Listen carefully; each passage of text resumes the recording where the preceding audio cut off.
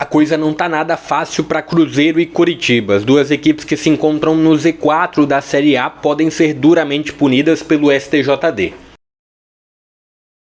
Fala pessoal, sejam todos muito bem-vindos a mais um vídeo aqui no JP Comenta para falar dessa vez sobre toda a confusão que envolveu Coritiba, Cruzeiro e o que o STJD deve fazer sobre essas equipes, qual deve ser a punição aplicada sobre os dois clubes dentro dessa reta final de Campeonato Brasileiro, punição que inclusive pode refletir até na temporada de 2024. Antes, eu vou pedir para você deixar o joinha aqui embaixo, para você se inscrever no canal se você é novo por aqui. Se você já é inscrito, agradeço demais a força, deixa o like e já deixa a sua opinião aqui nos comentários. Na sua opinião, o que deveria ser aplicado de punição sobre Cruzeiro e sobre a equipe do Coritiba? Para quem não acompanhou, né, o caso, a partida que estava acontecendo válida pela 34ª rodada do Campeonato Brasileiro entre Coritiba e Cruzeiro, o mando era do Coritiba, e isso é informação importante até pela pena que deve ser aplicada para as duas equipes. O confronto não estava acontecendo no Couto Pereira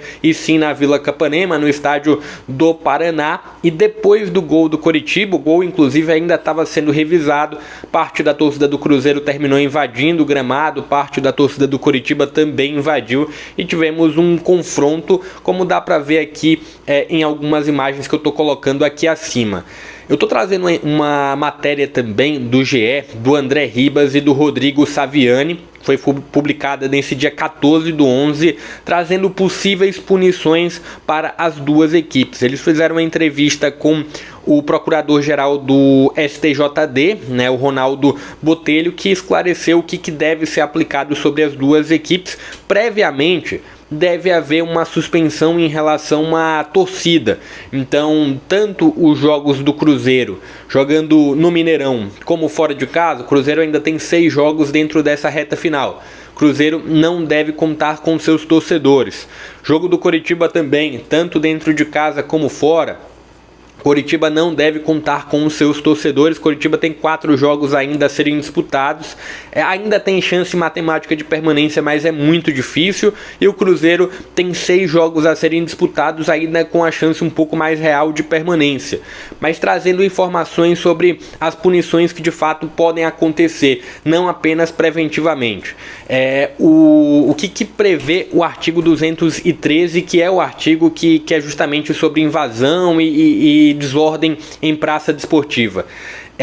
Tem uma punição financeira que pode chegar até R$100 mil, e tem também uma punição de mando de jogos, né? Ou seja, de confrontos em que as equipes não terão seus torcedores, e que pode até ter uma certa transferência de estádio, mas aí tem muito a ver com a gravidade e com o que o STJD deve aplicar sobre essa punição especificamente. Aguarda aí só mais um minuto, porque eu vou trazer 2 exemplos que aconteceram nessa temporada.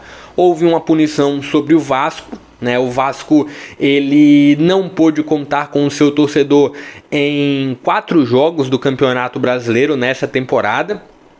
E houve também uma punição sobre o Santos, que o Santos ficou com 2 jogos com portões fechados.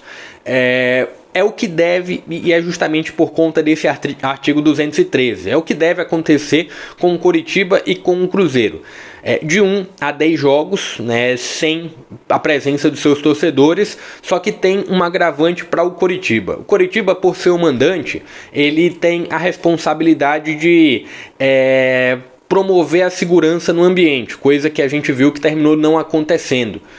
Então há uma questão de proporção da punição para o Coritiba e da punição para o Cruzeiro. Punição para o Cruzeiro porque torcedores do Cruzeiro também invadiram o campo. Um exemplo, se apenas torcedores do Coritiba invadissem o campo e tentassem chegar ali para o outro lado da torcida do Cruzeiro que ficasse parada, apenas evidentemente o Coritiba seria punido. Mas como houve essa invasão pelos dois lados e como também tem esse fator agravante para o Coritiba em relação ao mando de campo, a tendência é uma punição maior para o Coritiba e um pouco mais branda para o Cruzeiro. Mas o julgamento não deve ser realizado nos próximos dias, deve ser realizado ainda nesse ano, segundo o procurador, mas há uma tendência das duas equipes ficarem sem seus torcedores dentro dessa reta final aí aí de Campeonato Brasileiro. Inclusive o Cruzeiro suspendeu a venda de ingressos para o jogo contra o Vasco, que já estava ali no início de comercialização. Queria que você deixasse a sua participação abaixo. Qual deve ser a punição aplicada para as duas equipes? Na minha opinião, acredito que essa punição apenas de ficar 3, 4, 5 jogos sem mando de campo, com portões fechados, isso já foi uma punição às vezes que já foi tentada e que normalmente não funciona. Acredito que a perda de pontos seria algo um pouco mais duro e que talvez funcionasse, mas também não tenho muita certeza sobre isso. Queria inclusive que você deixasse a sua participação abaixo. Qual, na sua opinião, pode e deve ser a punição aplicada sobre Cruzeiro e Coritiba? Eu vou ficando por aqui, mas peço, se inscreve no canal, compartilha esse link, porque ajuda demais aqui no meu trabalho ao crescimento, a chegar a essa próxima meta de 2.500 inscritos. Vou ficando por aqui, até a próxima.